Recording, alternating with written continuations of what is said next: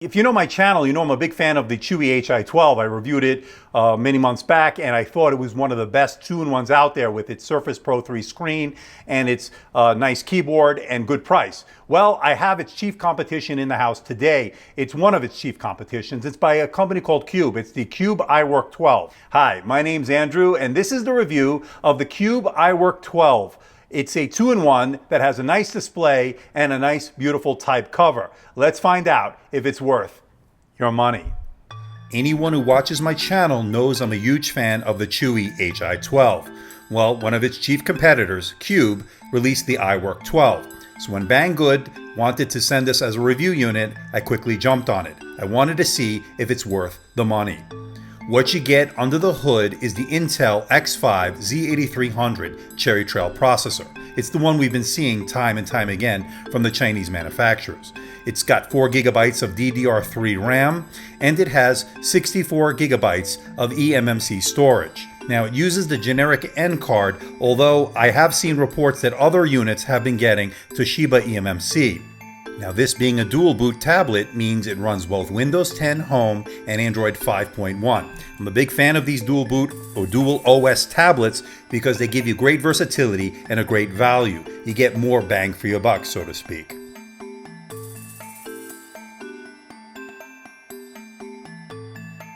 The iWork 12 weighs 2.05 pounds, is 0.36 inches thick. It's thin and light, and it has a nice build and design. It's mostly metal, and it does have some plastic on the top to house the wireless radios. One of the stars of the show has to be its 12.2-inch IPS display with a resolution of 1920 by 1200. It has 165 pixels per inch. Colors were accurate, viewing angles were very good, and it has a 16 by 10 aspect ratio. I'm very impressed with this full HD panel. Although it is not as high resolution display as the Chewy HI12, it is still one of the better panels you can get out of China today. Now, there is a slight gap between the panel and the glass itself, meaning this is a non-laminated display. Nonetheless, this still works very good, and it is a very clear, crisp screen. Overall, I think Cube did a very good job on the display.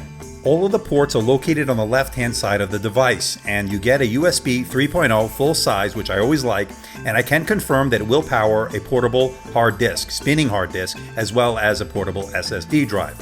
And it also has a micro SD card slot that can hold up to 128 gigabyte cards. And it has a micro HDMI port, obviously to connect to a TV and a monitor, and it charges via USB 2.0. Unfortunately, this doesn't have USB Type-C.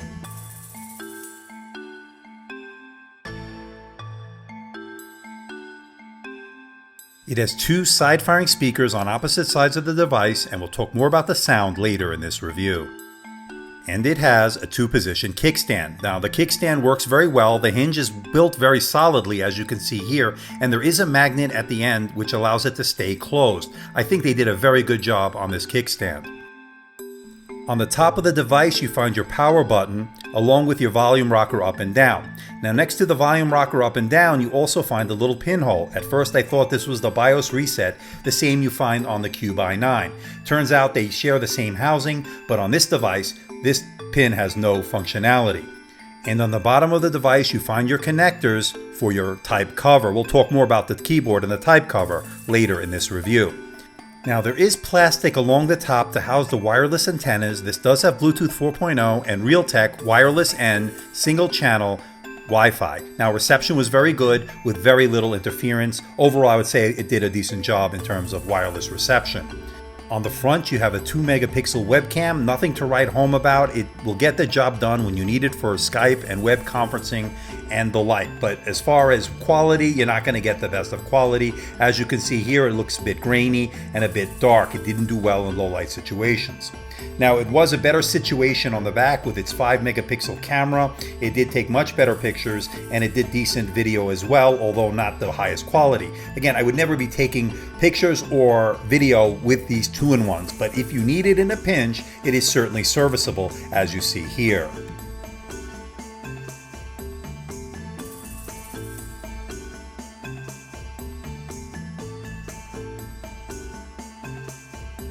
To test the sound in both Windows 10 and Android 5.1, let's take a look and a listen. Charging, which means that this will charge 60% USB Type-C to charge the device. Nice touch. On the bottom, you have your 3.5mm headphone jack, and you also have your USB Type-C. This is where you'll charge your device. There is nothing on the top of the device except some antenna lines, and on the side of the device you have your audio switch. This is where you can switch it into vibration mode or to silent mode. And you have your volume rocker up and down. This actually had some decent sounding speakers. It actually was a little bit better on the Android side as opposed to the Windows side. But overall, I would say the sound was one of the better ones you'll get out of these Chinese tablets. And one of the highlights of this device has to be the optional type cover that you get, and it's very similar to the one you'll get with the Surface Pro 4. In fact, I think it's made by the same manufacturer. It has the same type of materials, and the keys feel very similar. It has decent key travel, and it is pretty sturdy when you're typing it on its angle. Remember, it has that magnetic bar just like the Surface Pro 4. The touchpad is actually pretty good. It's a little bit undersized, but it did work well. Windows 10 gestures worked well. Two-finger scrolling actually was pretty good. If there is a negative, it has to be the fact that this is a black color as opposed to the white color you get on the Cube iWork 12. As we stated earlier, it runs Windows 10 Home, and again, it has that generic N card in terms of storage as far as eMMC is concerned. On the Crystal Disk Mark test, it did a 110.6 on the read and a 45.75 on the write. Pretty much what we'd expect on this class of device. On the Geekbench 4 test, it did a 2090 on the multi-core score, pretty much what we'd expect in this Atom X5 Cherry Trail processor, and its graphics card did a 4918 on the same test. It did a 5,461 on the Octane 2.0 score. On the Windows side of things, you're going to do light gaming, some YouTube, web browsing, word processing, and the like. I wouldn't push this. I wouldn't try to do any video editing with any Atom Cherry Trail processor to begin with. Know your limitations with this type of device. On the Android side of things, on the Geekbench 4 test, it did slightly worse than the Windows side at 1900 on the multi-core score and 3655 as far as the graphics score is concerned. For you gamers out there, it did a 15,854 on the iStorm Unlimited test, and it did a 7,630 on the iStorm Extreme test. On the Slingshot test, a more intensive test, it did 965. Nothing to write home about. And on the Antutu benchmark, it did 53,398. A very pedestrian score indeed. Now, this being a dual OS tablet, this has Android 5.1. Unfortunately, it doesn't have the more recent Marshmallow, and it doesn't have Android 7.0 Nougat. But it is a pretty stock Android feeling, and it has minimal bloatware, so you don't get all those Chinese apps that just take up a lot of space. Now, as far as Google Play services are concerned, they are installed, and it does have Google Play Store installed, so you do not have to sideload it. Now, you only get about 8 GB free on the Android side of things to free up the memory hog, which is known as Windows 10. As far as battery life is concerned, it was basically a tale of two cities since this is a dual OS. On the Windows side of things, it did 6 to 7 hours of mixed use. That's Chrome, YouTube, light gaming, and the like. And it has a 9,000 milliampere battery, and it did take about 4 to 5 hours to charge with the device off. That figure jumps to 7 hours with the device on. Now, on the Android side of things, you're only going to get about 4 to 5 hours of mixed use. Again, Chrome, YouTube, light gaming, and the like. You're not going to do better than that. Not too good on the Android side of things. So can I recommend the Cube iWork 12?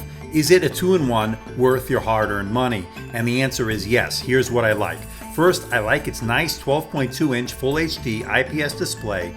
I like its decent performance. I like its type cover, very similar to the Surface Pro 4 experience. I love its kickstand, and I think it has some of the best speakers you're going to get out of China right now. And I like the fact that it has a full-size USB 3.0 on the tablet itself, and I certainly can confirm that the hard disk drive, portable hard disk drive, and portable SSD drives do work. So really, overall, good job on that front Cube. But there are some things I don't like about this device. First, I wish it had a laminated display. There is a slight gap, about 1 millimeter or so, between the panel and the glass itself. Not a big deal, as this is still a very nice Full HD display. And I wish it had USB Type-C rather than Micro USB 2.0, a more dated technology. And I just wish it came in a different color other than white. Black is my preferred color, and I think it's a bit expensive for an X5 Cherry Trail processor, especially with the newer versions coming out starting now in early 2017. But if you're in the market for a dual OS 2-in-1 with a great display and a very good type cover, this may be your ticket. That's why I'm going to give it an 8 out of 10. A very good buy, indeed. So what do you think about the Cube iWork 12? Do you think it's got all you want in a 2-in-1 out of China? How does it compare to one of my favorites, and probably one of your favorites, the Chewy HI12? Now, keep on the lookout. It may get a bump up in terms of processor, in terms of the Z8350 as opposed to the 8300, which you find in the current iteration that I reviewed today. But I'm curious to know what you think about it. Leave a comment in the comment section below. Let me know if this is something you want to pick up. Are you interested in it? I think it's one of the better 2-in-1s out there right now. I love its screen and I love its beautiful type cover. Very Surface Pro 4-esque indeed. So please hit the like button. Please subscribe. Please share this video. Don't forget to leave a comment in the comment section below. Let me know how I'm doing. Let me know if there's a device or something out there you think I should review. I'll do my best to make that happen. Don't forget to check us out on Facebook and on Twitter. And don't forget to check out our website at AMDtechreviews.com. But till next time, this is Andrew from AMDtech. See ya.